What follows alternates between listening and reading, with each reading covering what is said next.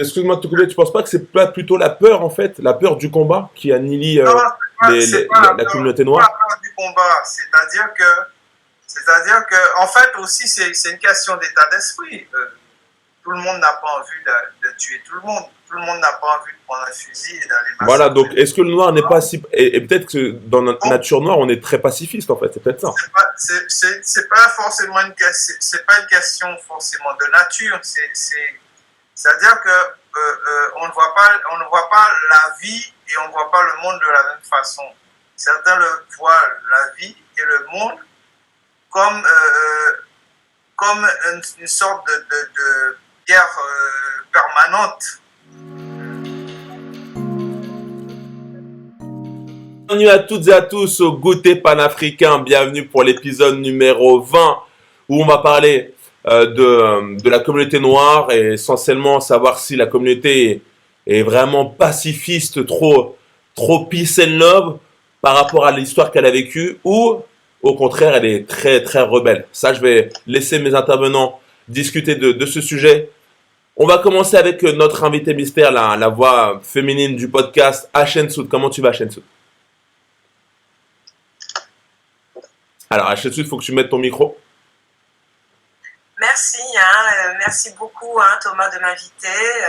C'est l'été, il fait beau, on est tranquille. Mangez des fraises, prenez soin de vous. C'est formidable, il fait beau. Merci aussi au président d'Africains du Monde d'être là. On a des belles températures en ce moment sur Paris, donc ça fait plaisir.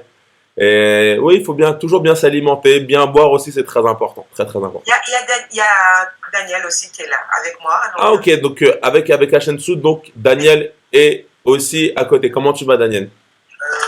Ça va bien. Est-ce que tu manges des fraises? Est-ce que tu manges des fraises?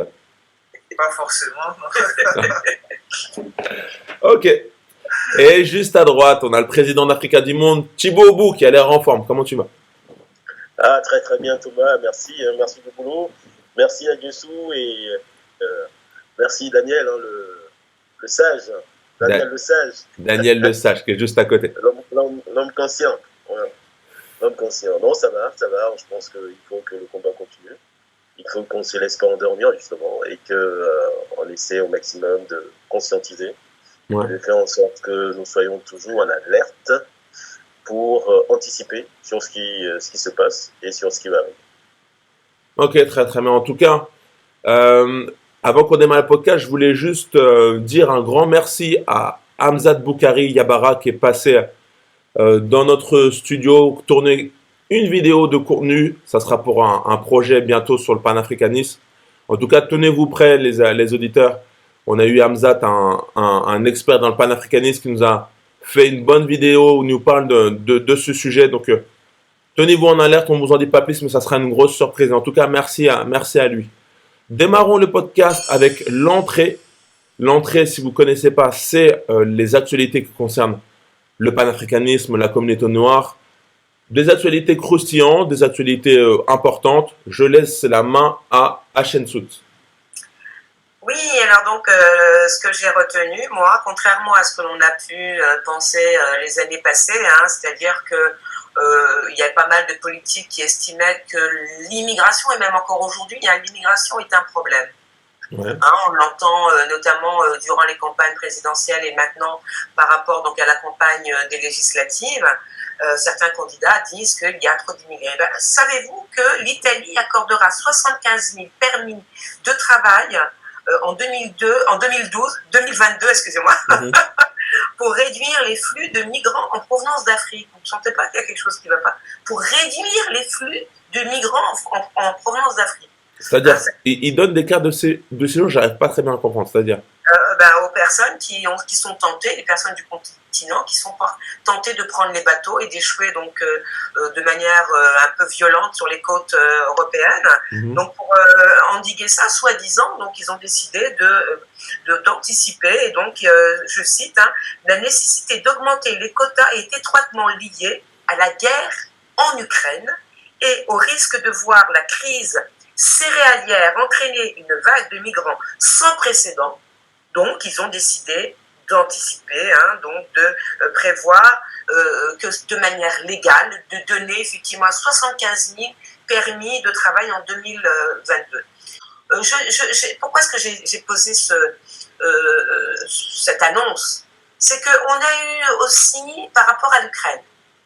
C'est-à-dire que l'on a dit, et beaucoup de personnes ont divulgué ça, que les Ukrainiens obtenaient plus facilement donc des papiers et que les personnes qui étaient donc dans l'immigration, dans la migration vers l'Europe pour des raisons que l'on connaît au niveau économique, etc., ou de guerre, venaient sur le territoire européen et que justement ils rentraient en concurrence.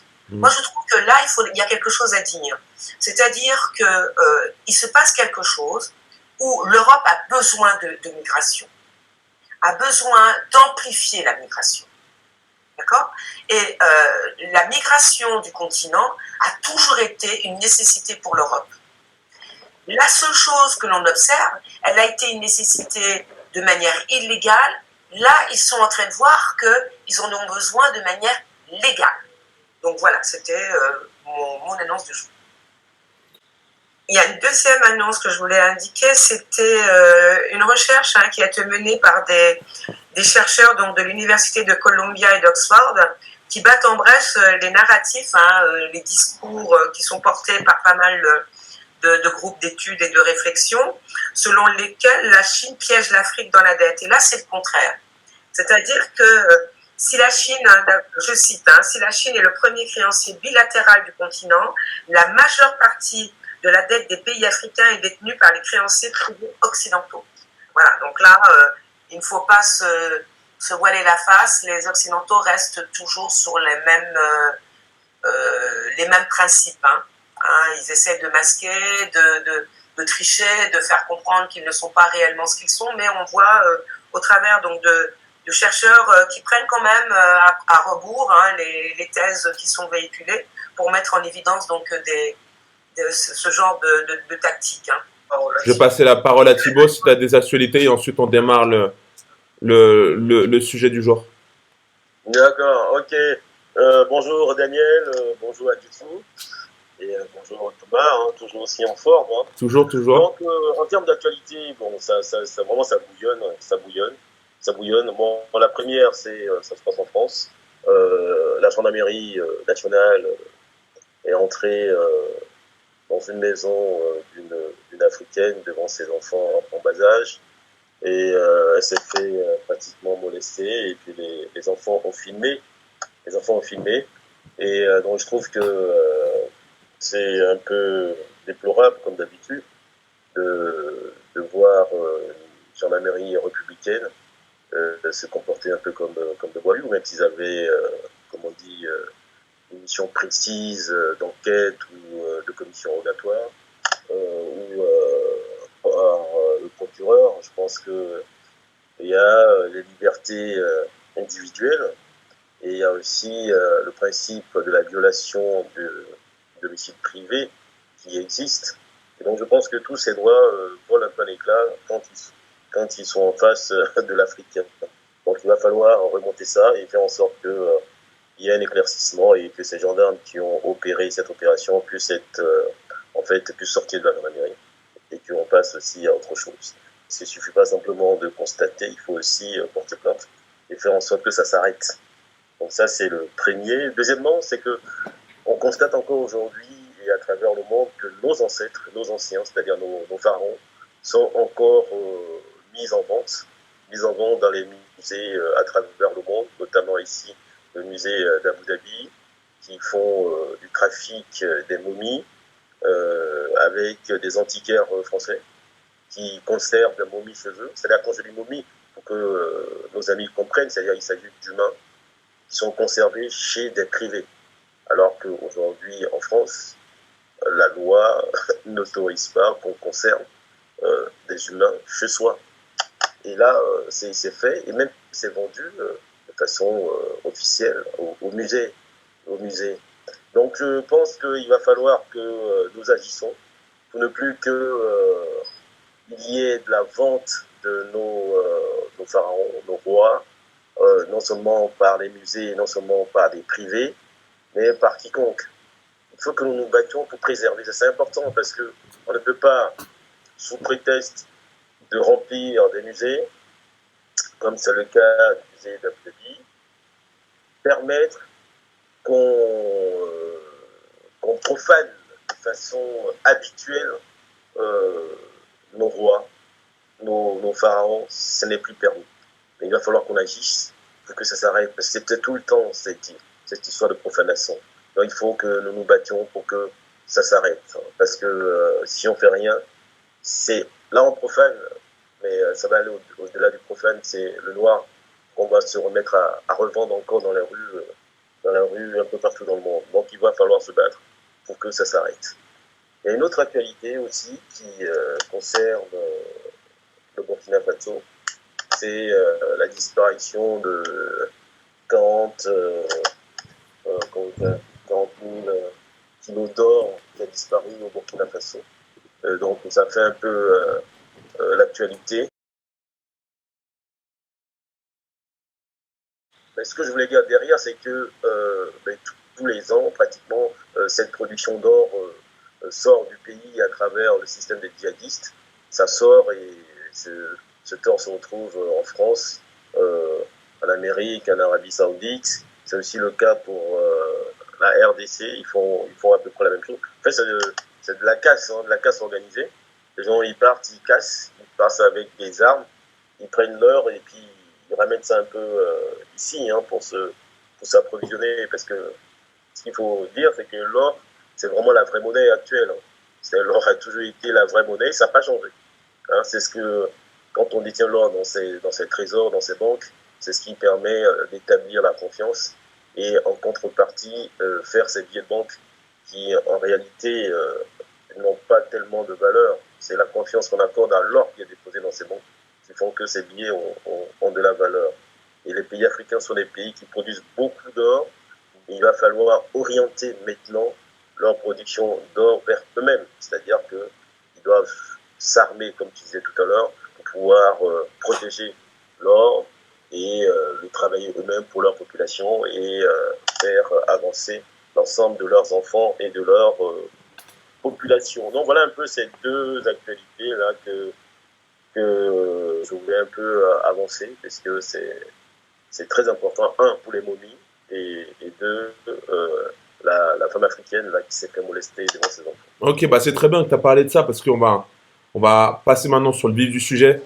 Est-ce que les Noirs, en fin de compte, sont pas... Parce que là, tu as parlé de la femme molestée, on a parlé du pillage d'or, on a parlé des momies, on a parlé avec Hachensout des flux migratoires. En fait, on se rend compte que, en gros, est-ce qu'on est... la communauté noire, est-ce qu'on n'est pas en fait la victime du monde? Est-ce qu'on ne se fait pas tout le temps marcher sur les pieds?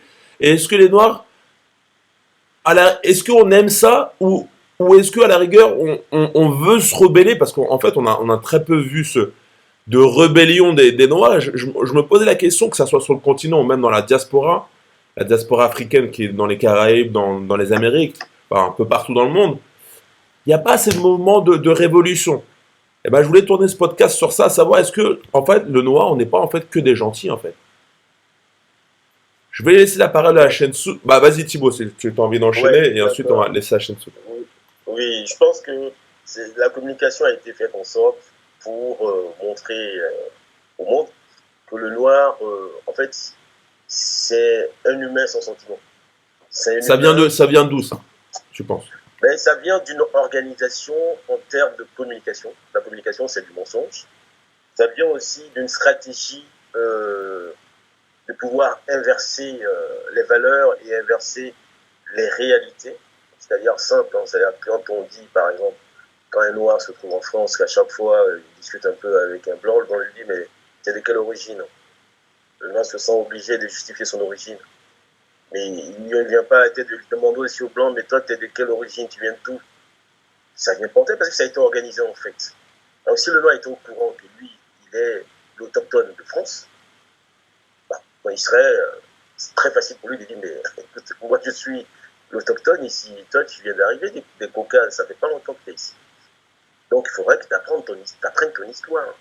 Tu vois? Donc, tout a été inversé pour pouvoir faire en sorte que au sein de la population blanche, qu'ils aient l'impression qu'on peut agir comme on veut, le noir en face ne pourra pas agir.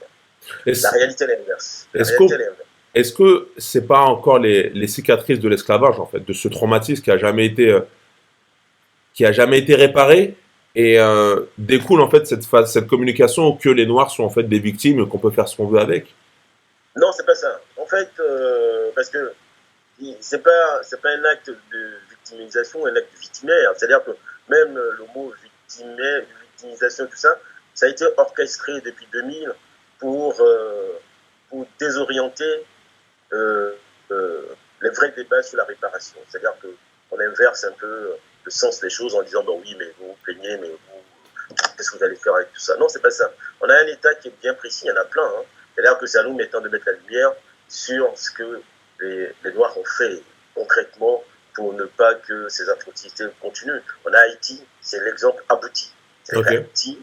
Est-ce que tu peux expliquer un peu Haïti pour ceux qui ne connaissent pas, qui sont un peu débutants dans le panafricanisme? Donc Haïti se trouve dans les îles de l'Amérique.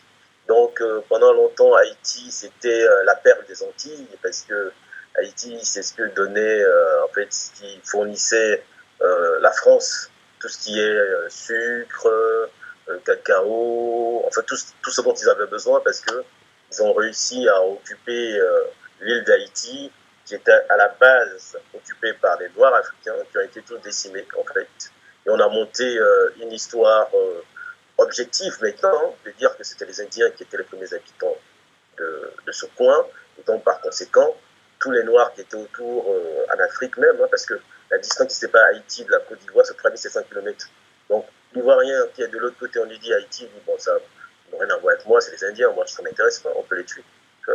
Donc on a réussi à monter beaucoup de cabales de ce type. Donc les gens eux-mêmes ont pris ça pour leur propre histoire, leur propre culture. C'est-à-dire que tu viens, tu racontes une histoire pareille, mais non, nous ici les anciens, c'était les Indiens qui étaient ici. Hein. Nous, les Noirs, ils sont arrivés ici par bateau. Hein.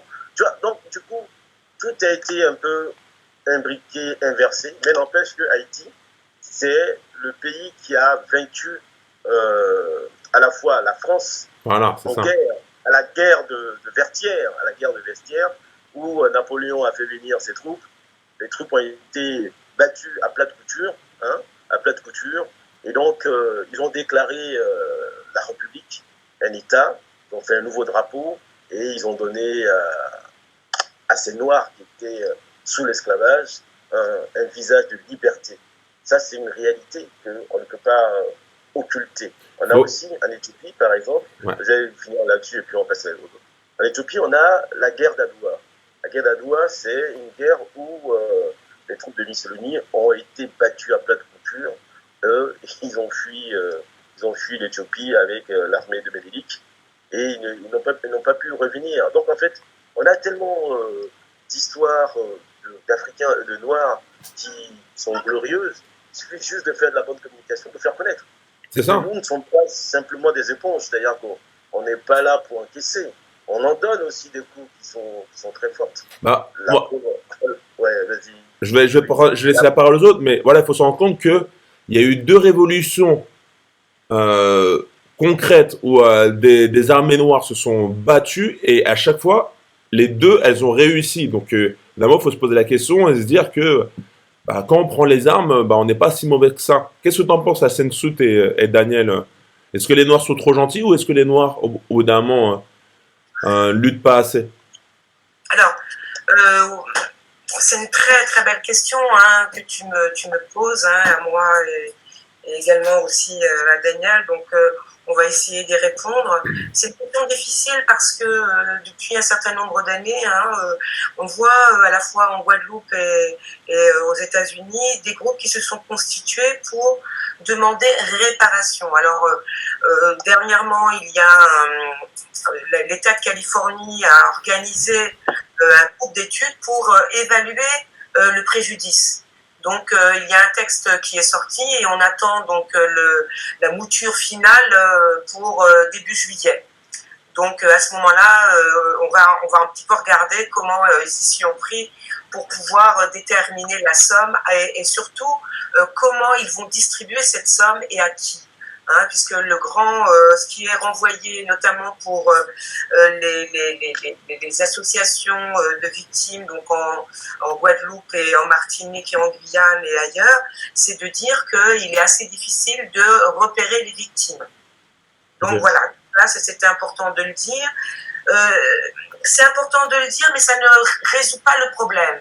C'est-à-dire que la violence, puisque dernièrement, il y a quelques semaines, on a bien vu ce qui s'est passé donc aux États-Unis avec ce qu'on appelle la tuerie de masse, et notamment en direction donc des populations mélanodermes afro-américains et afro-descendants des États-Unis.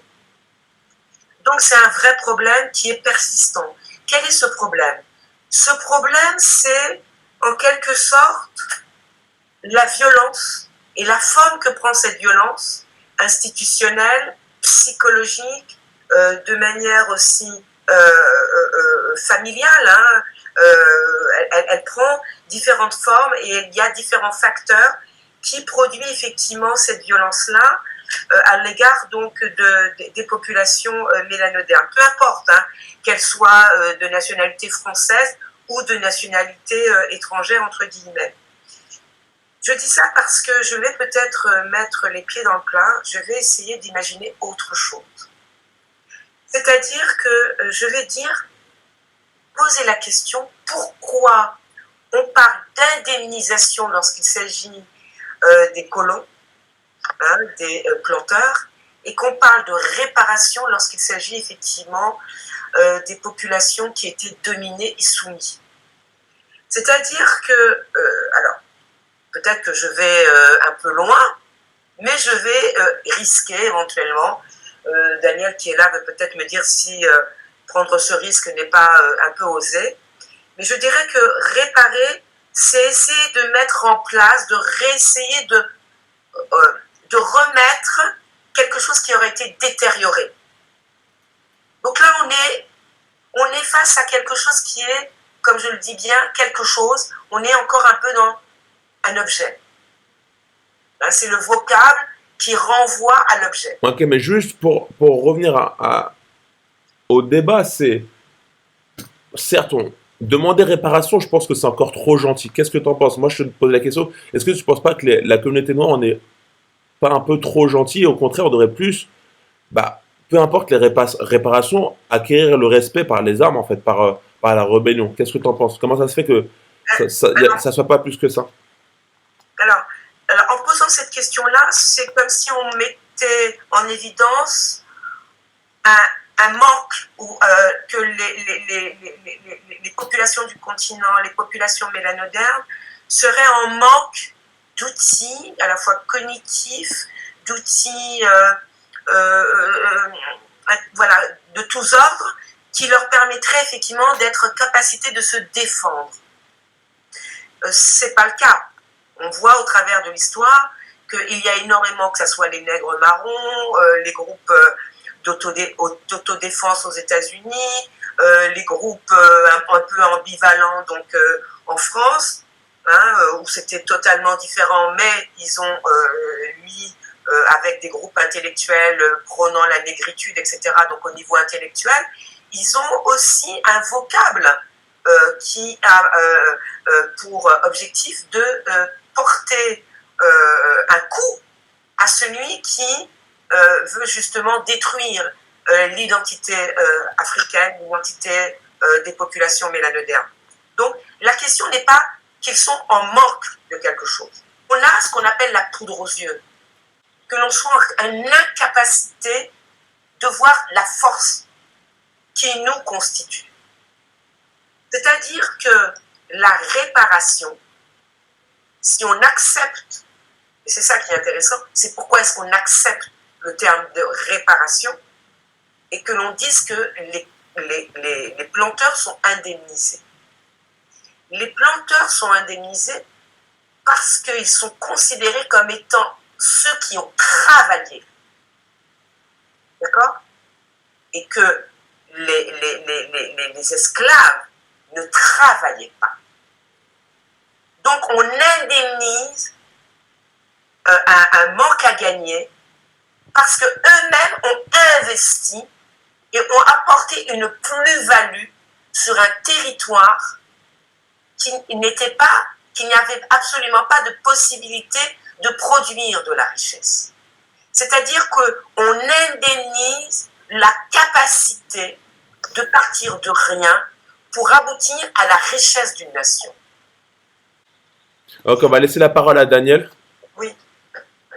Oui, moi je pense que il faut, pour pouvoir se défendre, déjà, il faut savoir de quoi on veut se défendre. Okay. Par rapport à quoi? Par rapport à quel danger? Déjà, il faut aussi avoir une idée de ce que l'on est par rapport aux autres. Deuxièmement, et donc je pense que ces prérequis ne sont pas tout à fait installés dans l'esprit des populations noires. Pourquoi? Parce qu'elles manquent, je pense qu'elles ont du mal à se déterminer par rapport aux enjeux auxquels elles doivent faire face et par rapport aux enjeux qui sont posés, pas par elles, mais par l'extérieur. C'est-à-dire?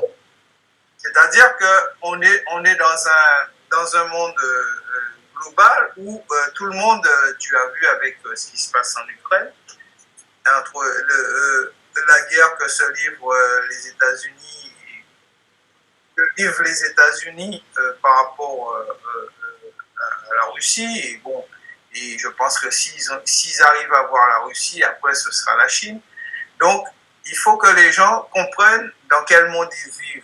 Excuse-moi de te couper, tu penses pas que c'est pas plutôt la peur, en fait, la peur du combat qui annihilie la communauté noire? C'est pas la peur du combat, c'est-à-dire que, en fait, aussi, c'est une question d'état d'esprit.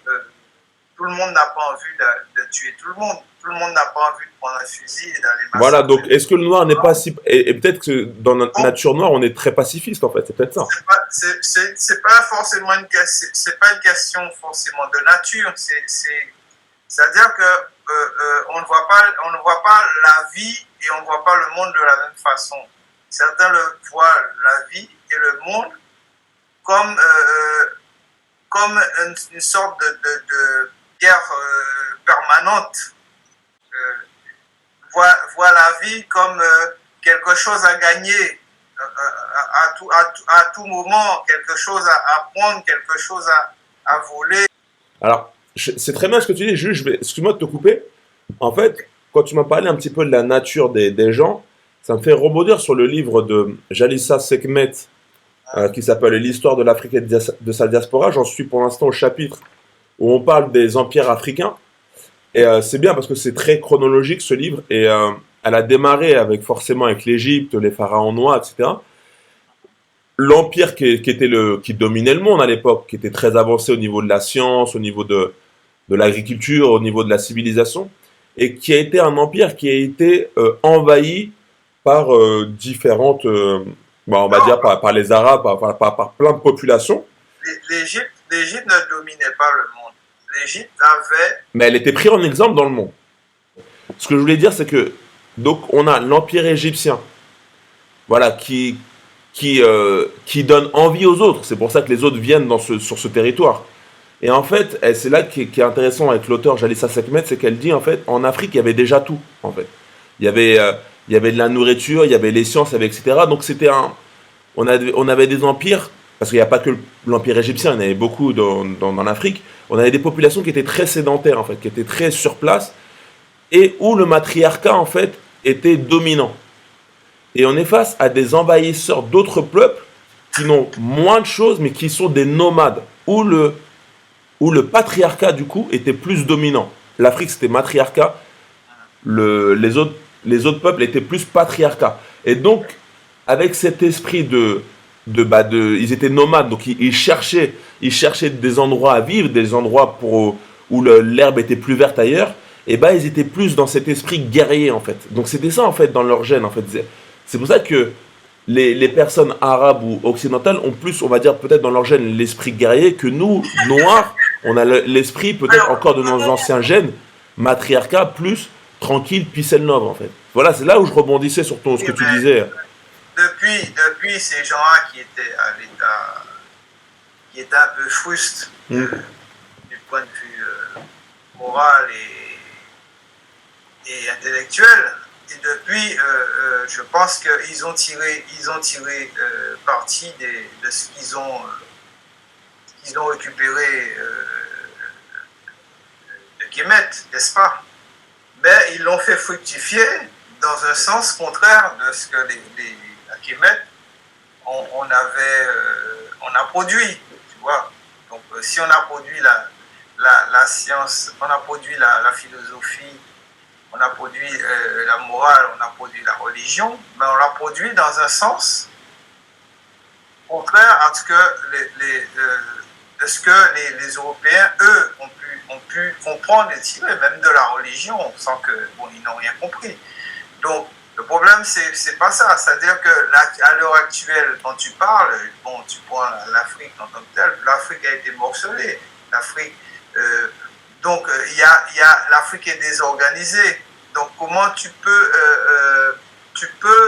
un paysan au fin fond si on prend la Côte d'Ivoire, comment, même si, bon, il y a la télé, il y a tout ça, mais est-ce que c'est la préoccupation de ce paysan-là, à part son champ, d'aller prendre des armes pour aller attaquer X ou Y, ou de détester. Donc tu vois, tout ça, c'est-à-dire on peut pas vouloir pousser les gens à être ce qu'ils ne sont pas. Ok, donc on peut les pousser à ne faire ce qu'ils ne sont pas, mais est-ce qu'ils peuvent aussi accepter de se faire envahir en fait? Et ça aussi le débat. C'est que les Noirs se sont fait envahir et sont laissés... C'est-à-dire que pour ça, il aurait fallu que, justement, ils changent d'attitude. Parce que si tu pousses quelqu'un à se défendre, il n'est plus dans la même attitude qu'il avait avant. Donc, à partir de là, il faudra qu'il se détermine à changer déjà de mental et à produire ce qu'il faut pour qu'il puisse se défendre. Donc, ce qui voudrait dire faire la course à l'armement, déjà même psychologiquement et mentalement changer, c'est-à-dire l'approche qu'il a de lui-même, l'a changé par rapport au fait que ce qu'on dit de lui, le discours qui est tenu par rapport à lui, déjà avoir une attitude pour qu'il puisse mentalement se convaincre qu'il n'est pas. Ok, alors, en fait, en gros, qu'il soit prêt à se battre. Mais on va laisser la parole à Thibaut. Mentalement, à tous les niveaux. Okay. Pas qu'avec un flingue, parce que on voit ce que ça donne entre noirs, même au niveau des guerres interethniques. Donc on voit que le noir est plus prompt à s'entretuer qu'à lutter vraiment contre celui qui... Ok, je vais laisser la parole à Thibaut. Oui, donc je vais juste revenir un peu sur ce qu'a dit Adjessou, qui est très bien, et puis légèrement sur ce que dit Daniel. Donc en termes d'indemnisation par rapport au plomb, c'est vrai que on a imposé, on a fait croire que le noir n'était pas humain, mais qu'il était une chose. Alors que bien avant que le code noir n'arrive pour chosifier le noir, il y a eu des chartes avant, notamment les chartes de 1235, qui sacralisaient l'être humain, l'être noir, comme quelque chose de sacré. Donc, par rapport à ça, on ne doit pas lui porter atteinte. Donc, les nouvelles lois qui arrivent avec l'esclavage n'annulent pas les lois anciennes qui étaient là, ces valeurs anciennes qui étaient là. Elles n'annulent pas du tout. Donc, en termes d'indemnisation, sur le plan d'indemnisation, on peut à la fois utiliser le mot indemnisation parce qu'il englobe en lui tous les préjudices à la fois moraux, économiques et physiques. Maintenant, en termes de travail, c'est-à-dire qu'en réalité, la personne qui a fait le travail, c'est celui qui a été mis dans un état de soumission pour qu'il, justement, il travaille. La nuance, c'est que ce travail n'est pas reconnu par celui qui en bénéficie. Et ce n'est pas parce que celui qui en bénéficie ne reconnaît pas ce travail que nous allons laisser tomber pour dire que comme lui, il ne reconnaît pas le travail, mais nous n'avons pas travaillé. Nous disons non. Nous avons travaillé. Ce travail est quantifiable. Il y a de la valeur. On sait ce que ça représente. Donc, par rapport à cette quantité, une réparation doit naître. Parce qu'en termes d'indemnisation, il faut rappeler que la loi de mars, de 30 avril 1848, la loi de 30 avril 1848, grâce à laquelle on a indemnisé ceux qui avaient les esclaves, au prétexte que s'il y avait la libération avec la guerre d'Haïti, mais ceux qui détenaient les esclaves allaient s'appauvrir, puisqu'ils allaient maintenant passer leur temps à payer le travail qui était. Ouais. Donc, on sait ce qu'ils ont donné comme ça, 6 millions. Chacun a eu 6 millions, 6 millions de livres de l'époque, et avec ces 6 millions, plus 12%, pour pouvoir créer des banques, notamment la Caisse des dépôts et la Banque de France. Donc, on connaît la quantité, on connaît la somme qui a été dégagée, qui a été mise au profit de ceux qui ont bénéficié de l'esclavage et qui continuent d'en bénéficier à travers leurs descendants jusqu'au jour d'aujourd'hui. Donc, il y a un problème de rapport que nous devons mettre sur la table. C'est un rapport qui est un rapport de force. Et à un moment, on ne doit plus accepter ce langage de communication qui veut nous faire croire que nous avons décidé que vous n'existez pas. Mais vous considérez que vous existez. On dit non. Ça, c'est de l'ancien. Nous disons qu'il y a une indemnisation qui doit être faite parce que nous connaissons les montants, nous connaissons les sommes et on sait où c'est parti.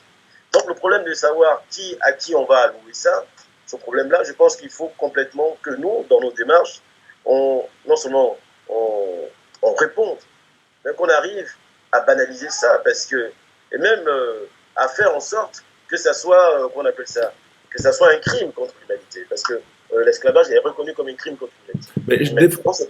Donc c'est de la négation. Cette négation doit être non seulement criminalisée, mais il doit avoir des suites judiciaires par rapport à ça, ceux qui utilisent ce genre de termes. Les lois existent. Ouais, juste, excuse-moi de te couper sur ça. Oui. C'est, oui, il faut réparation, oui, l'esclavage est un crime contre l'humanité, mais des fois, je me dis, on va se plaindre à qui, en fait? On va encore se plaindre à nos anciens colons, en fait, à nos anciens esclavagistes, et est-ce que même vont vouloir nous réparer? En fait, on est dans un monde tenu par eux, en fait, ils tiennent les rênes, c'est eux qui tiennent ces rênes, donc en gros, c'est le chat qui se mord la queue, en fait, c'est le chien qui se mord la queue. C'est pour ça que je trouve que c'est... Thomas, il y a quelque chose que tu dois comprendre. En fait, quand tu parles comme ça, tel que tu as accepté le principe que tu n'existes pas. En fait, non, c'est juste, j'ai compris dans quel monde on vit, en fait. Celui qui a dit que tu n'existais pas, c'est celui qui était censé être le maître. Et que ce maître-là, vers qui il faut se tourner pour dire, mais tiens, maintenant, tu as commis des crimes, il faut maintenant que tu indemnises et qu'il y ait en face des réparations. Mais c'est du bon sens et c'est logique. Et ils n'ont pas la force avec eux, Thomas. Pourquoi j'ai dit ça? Il y a des Allemands là qui ne passent leur temps qu'à faire des réparations. À la Namibie, c'est un pays africain. Les Anglais ont fait les réparations au Momo, c'est au Kenya. Hein. Ils ont fait les réparations. Pourquoi? Parce que la force n'est pas de leur côté, tout simplement. Parce que tout ce dont ils bénéficient en Angleterre, la majeure partie vient du Kenya. Tu vois? Donc, la force n'est pas forcément là où on pense qu'il est. Elle est. Donc, je pense que c'est à nous maintenant d'avoir un bon langage pour pouvoir non seulement détricoter tout ça et faire en sorte que les nôtres comprennent de quoi il s'agit. C'est en fait, même banalement, hein, mais je vais mettre ça dans le banal. N'importe qui a chez lui à la maison un dégât des eaux, la première des choses qu'il fait, il fait quoi? Il court vers son assurance pour se faire indemniser. Les dégâts des eaux. On aurait pu dire, pourquoi je cours vers l'assurance pour les dégâts des eaux? Bon, c'est un truc qui m'est arrivé à la maison, je me débrouille, et puis pourquoi j'irai vers lui? Pourquoi tu vas vers lui? C'est parce que tu vas être dans un autre état de fortune pour pouvoir avancer. Donc pourquoi le noir, lui, il refuserait cet état de fortune pour pouvoir avancer et agir différemment et justement pouvoir s'éduquer, pouvoir fermer, pouvoir évoluer sur d'autres thématiques. C'est-à-dire qu'il ne faut pas donner de la force à une personne qui n'en a pas réellement. Parce que tout est fait en sorte que tu lui donnes la force de façon automatique. Si tu refuses l'indemnisation, tu lui donnes de la force automatique. Il ne faut pas refuser. C'est pas que je refuse, c'est que je me dis, en fait, on s'adresse aux mauvaises personnes. C'est-à-dire qu'on va s'adresser encore à des personnes qui nous ont mis, comme tu dis, la Caisse des dépôts, c'est la Banque de France, c'est les Blancs, c'est tout ça. Enfin bref, voilà, on voit qui c'est et on va leur demander des réparations à ces personnes-là. Mais jamais elles vont vouloir nous réparer. C'est eux qui tiennent les rênes. Thomas, j'ai dit juste qu'ils ont déjà, les pays ont déjà commencé à faire des indemnisations. J'ai cité l'Angleterre, j'ai cité l'Allemagne. C'est pas, en fait, ce dont on parle, c'est pas des trucs qu'il faut fantasmer, qu'il faut repartir, qui n'existent pas. Ça existe. Ça a déjà été fait pour certains cas. Donc voilà ce qui a été donné. Voilà où c'est parti, ça existe. Et la France, comment ça se fait que la France ne le répare pas? On n'est pas là dans une idéologie. On est dans un cas concret où des pays qui ont été des esclavagistes ont sorti des sommes d'argent à des pays qui sont soumis. Et comment ça se fait que la France et les États-Unis ne réparent pas? Mais c'est maintenant à nous de le faire. Ce rapport de force pour qu'ils soient obligés de réparer. En fait, quand les gens ils réparent pas parce qu'ils ont une bonne moralité. Ils réparent parce qu'ils sont contraints de réparer. Ouais. Donc tu penses qu'il faudrait qu'on se soulève en fait, qu'on les oblige? Mais il faut les contraindre à la réparation. C'est simple. Regarde le golfe de Guinée. Le golfe de Guinée, c'est-à-dire tout ce qui est Côte d'Ivoire, Bénin, Niger et tout ça. Dans toute cette zone, c'est eux qui ont aujourd'hui la puissance pétrolière. Et toute cette zone, il y a les bases militaires qui sont là-bas. Hein? Donc, il faut faire partie des bases militaires. Il faut faire en sorte que le pétrole n'arrive plus aux États-Unis, que le pétrole ne remonte plus, que le pétrole ne remonte plus. Et tu vas voir qu'ils vont agir rapidement. Hachensout et Daniel. Et juste avant Hachensout, avant que tu répondes, que tu interviennes dans ce débat, je voulais juste revenir sur un livre. On a discuté avec Thibaut en dehors du podcast, qui s'appelle, je viens de finir ce livre, qui s'appelle L'Oncle Tom Mémoire. En très rapide, c'est l'histoire d'un esclave qui a réussi à se libérer de sa plantation, qui a réussi à s'échapper de sa plantation et qui explique son histoire. Il a réussi à partir au Canada. Et on voit l'état des lieux de la vie d'esclave dans le sud des États-Unis à l'époque très très dure, dans les années 1849. Il a vécu cette personne. Mais bon, bref, pour revenir à ça, c'est qu'à un moment donné, je trouvais intéressant, dans ce bouquin, il disait qu'il y avait beaucoup de Noirs qui ont vécu l'esclavage, et il y en avait qui voulaient se rebeller, mais violemment. Mais vraiment très violemment, parce qu'ils vivaient ça dans leur chair, et comme disait Daniel, il y en a qui acceptent, mais il y en a d'autres qui sont prêts à prendre les armes pour aller au front. Et lui, il disait, moi, j'étais pas de leur bord, j'étais pas d'accord pour cette rébellion. Et il dit pourquoi? Parce que c'était contraire au Christ, aux valeurs du Christ. Et c'est là que je me suis dit, mais en fait, on a eu un lavage de cerveau dans tous les sens. En fait, on a été pris devant, derrière et en long et travers parce que d'une part, on n'avait pas les armes et deux, avec de religion en fait. Non, c'est vrai. Non, c'est vrai que je blasphème un petit peu. Désolé pour ceux qui sont dans le christianisme, mais à cause de ça, en fait, il y en a certains qui ne sont pas rebellés, en fait. parce que c'était contraire aux valeurs du christianisme. Et le christianisme, on sait comment ça a été inclus. Les Noirs, quand ils sont aux États-Unis, qui sont convertis au christianisme, c'était une manière à eux de pouvoir un petit peu éviter l'esclavage, parce que ils étaient dans les églises, ils pouvaient, ils étaient un peu plus tranquilles, on va dire. Ils n'étaient pas dans les champs. C'est pour ça aussi qu'il a été dans le christianisme, cet homme-là. Mais j'ai trouvé ça un petit peu dur, quoi, en fait. Que voilà, même au niveau de la religion, ça nous bridait, en fait. Il y avait cet instinct de rébellion, était aussi bridé à cause de ça. Hachem Sout, je te laisse rebondir. Alors, je voudrais revenir sur ce qu'a dit Thibaut, mais je vais en profiter tout de suite pour dire ce que tu ressens là. Ce qui est important, c'est peu importe les générations, on retrouve à peu près la même chose, c'est-à-dire le pourquoi. Et on est à se questionner sur le pourquoi, et on se dit, il y aura forcément un comment, c'est-à-dire la violence, il faut de la confrontation, il faut rentrer dedans, les antagonismes, il faut essayer de les briser pour pouvoir qu'un autre groupe domine et prenne pleinement possession de son identité d'humain. C'est peut-être pas forcément dominer l'autre, mais c'est juste se faire respecter, en fait. Oui, il y en a certains qui disent on ne peut pas renverser la chose pour être à l'identique de celui qui nous a dominés, parce qu'on est pourvu de la maths, cette grande philosophie de la maths. Je voudrais juste revenir sur quelque chose de très, très intéressant, c'est-à-dire que Thibaut, tout à l'heure, il a expliqué qu'il faut se défaire de la pensée qui nous a été inculquée, instillée sans qu'on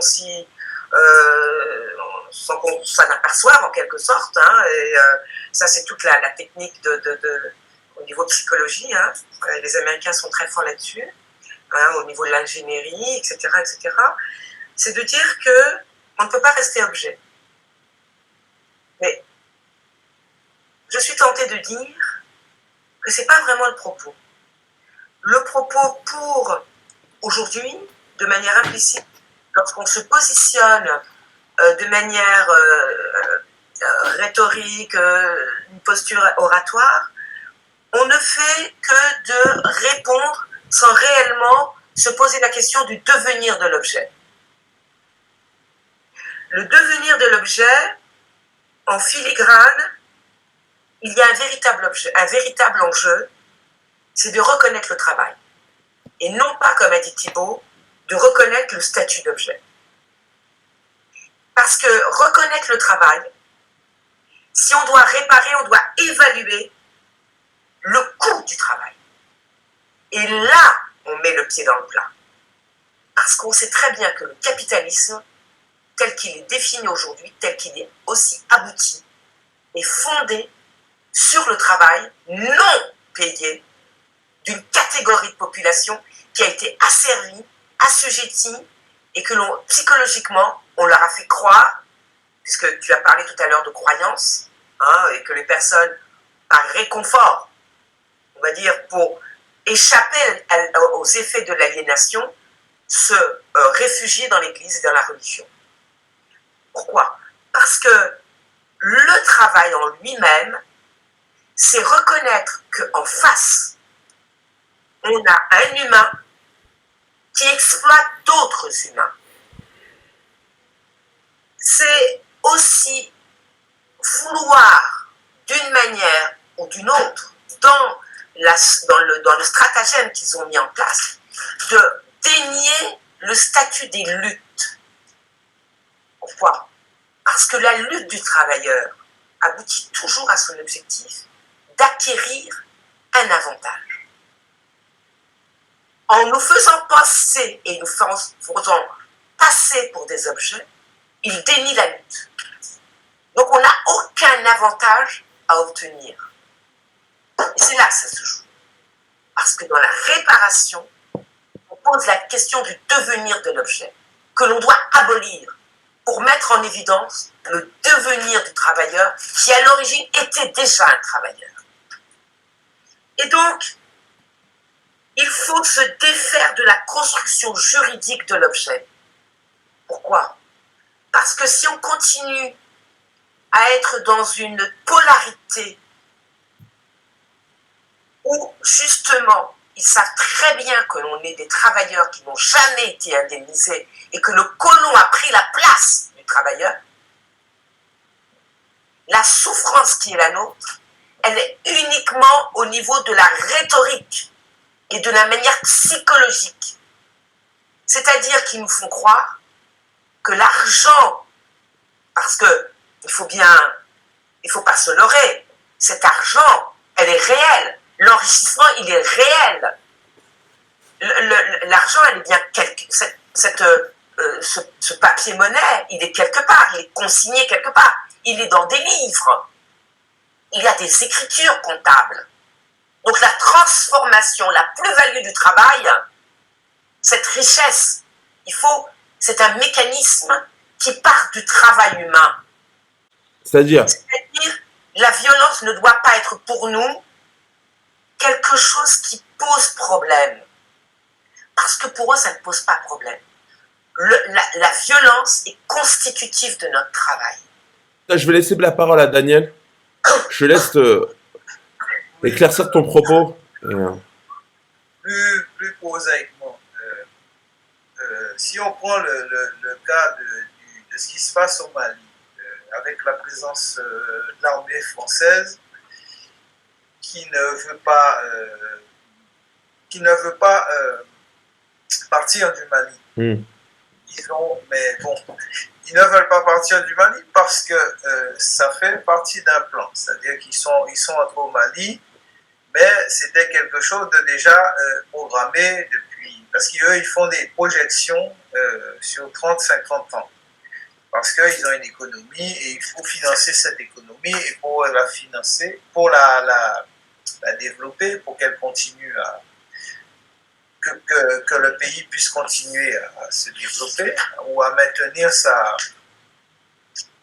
son niveau de développement, il faut les matières premières.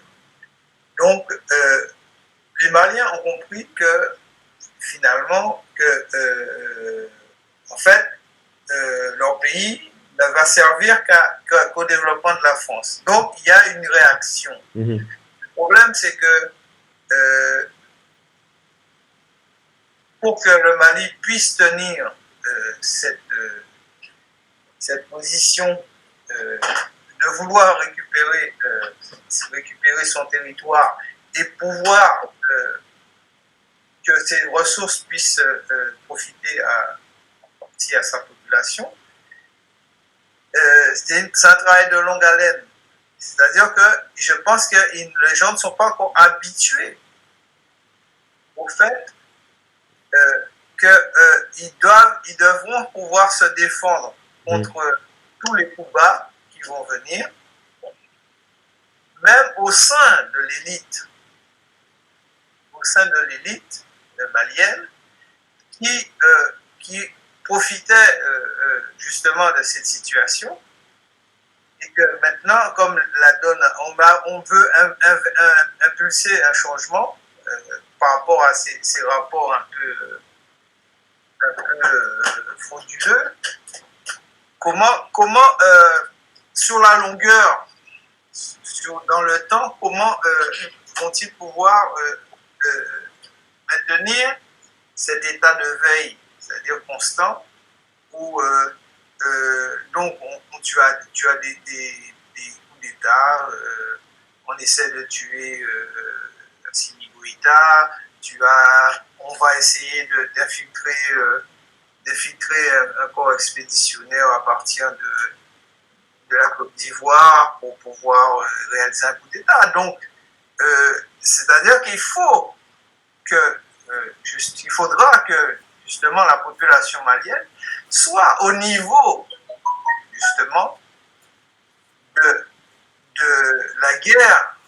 Qui va se préparer.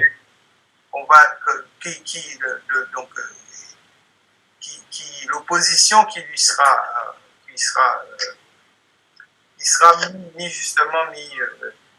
mis en place à ce moment-là, mais ça va être sur le long terme, parce que les Occidentaux, eux, agissent sur le long terme. C'est-à-dire parce que Goïta, ça fait 1 an et demi ou combien de, je sais, qu'il a pris le pouvoir, mais ce sera parce qu'il va le rendre de toute façon. Ils ont dit que ça faudra 2 ans, je crois, avant qu'il rende le pouvoir. Mais le pouvoir civil. Mais le civil qui va reprendre les rênes. Est-ce qu'il aura le souci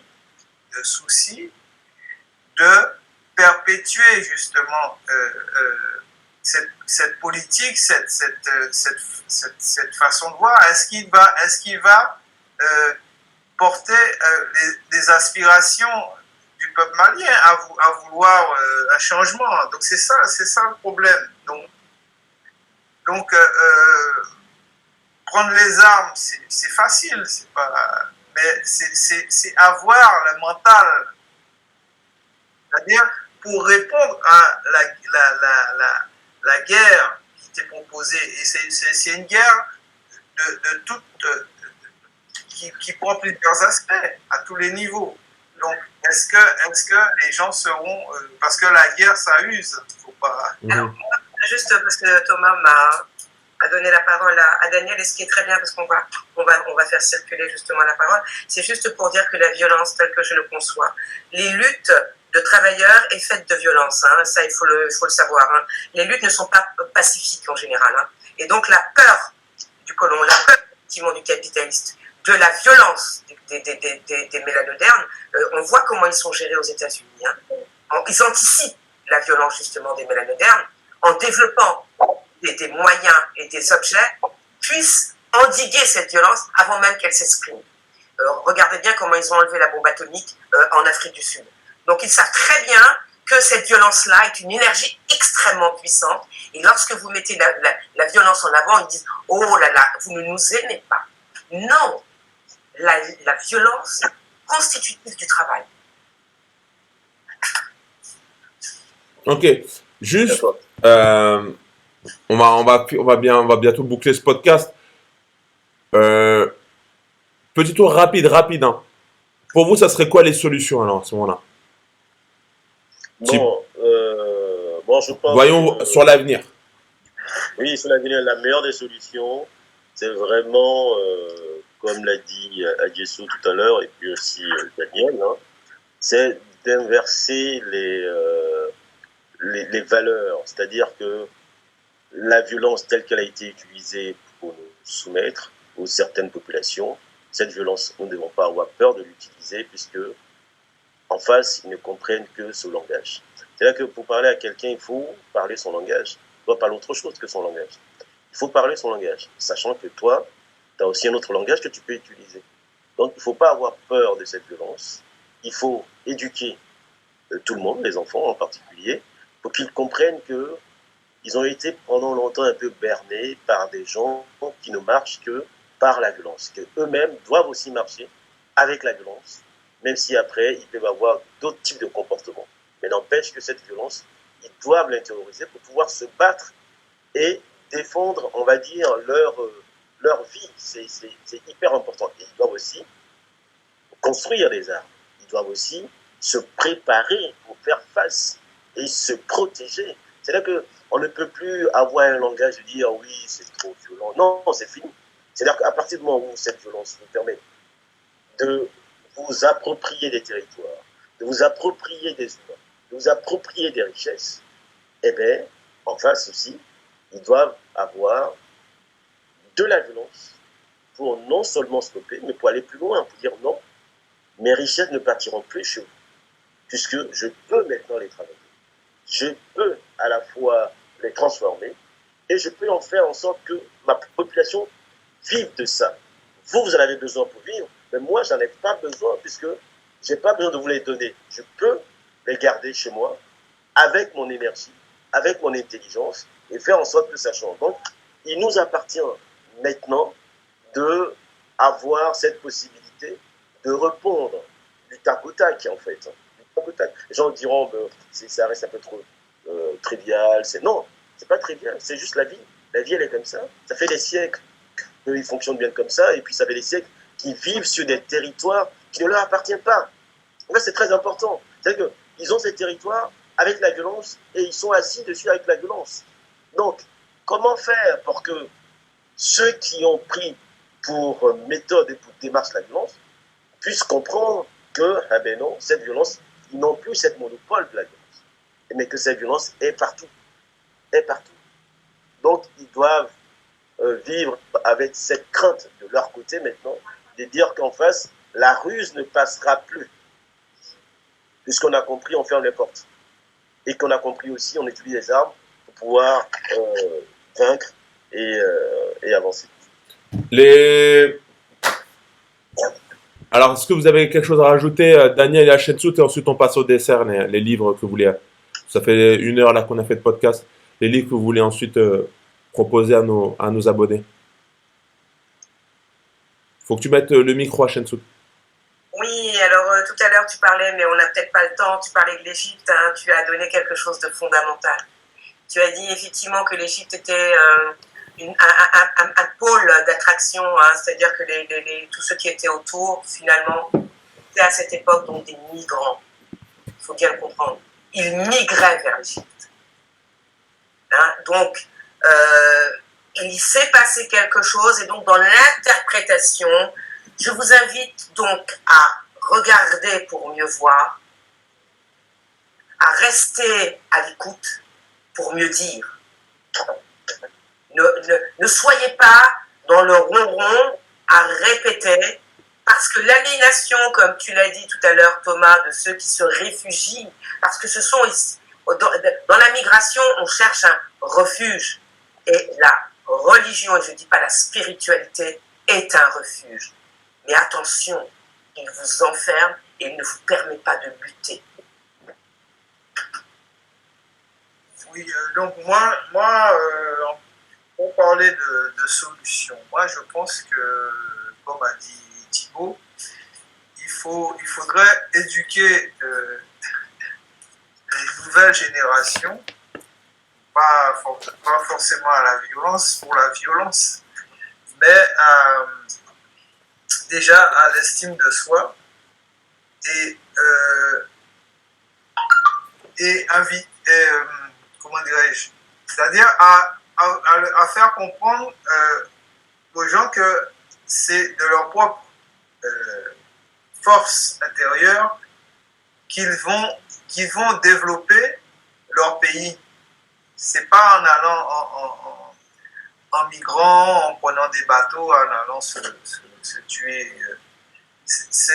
Et il faudra aussi que, justement, que politiquement aussi, que les élites africaines, que aussi la diaspora africaine aussi, qui vit ici, ait aussi un projet de retour. Ça pourrait aussi aider, mais des gens qui sont quand même conscients des réalités sur place. Parce que le plus souvent, on voit bien qu'il y a entre la diaspora et les populations et les réalités sur place, il y a parfois une incompréhension. Donc, il faudrait peut-être homogénéiser tout ça. Et après, quand le projet est bien posé, pouvoir, après, ce ne sera que là qu'on pourra vraiment se défendre réellement. Mais prendre les armes, ils ont plus d'armes que nous, ils ont plus ils ont développé ça, ils ont multiplié ça, et ils ont même l'arme absolue d'après eux, qui est l'arme nucléaire. Donc, je pense que ce sera que comme ça, dans un premier temps, que les choses vont changer. Mais les choses changeront que par rapport à nous-mêmes. C'est pas par rapport à une quelconque confrontation stérile que les choses changent. Voilà. Très bien. Passons à la troisième et dernière partie du podcast. Les livres. Le dessert, les livres que vous voulez conseiller à nos abonnés. Thibaut, je sais déjà quel livre tu vas nous conseiller. Oui, parce que dans les solutions, justement, dans cet ouvrage, l'universalité africaine face à l'ingratitude du monde européen sémite, je donne les pistes, les vraies. C'est-à-dire que dans la partie 4, j'ai dit le positionnement de la femme et de l'homme noir africain face à l'autre.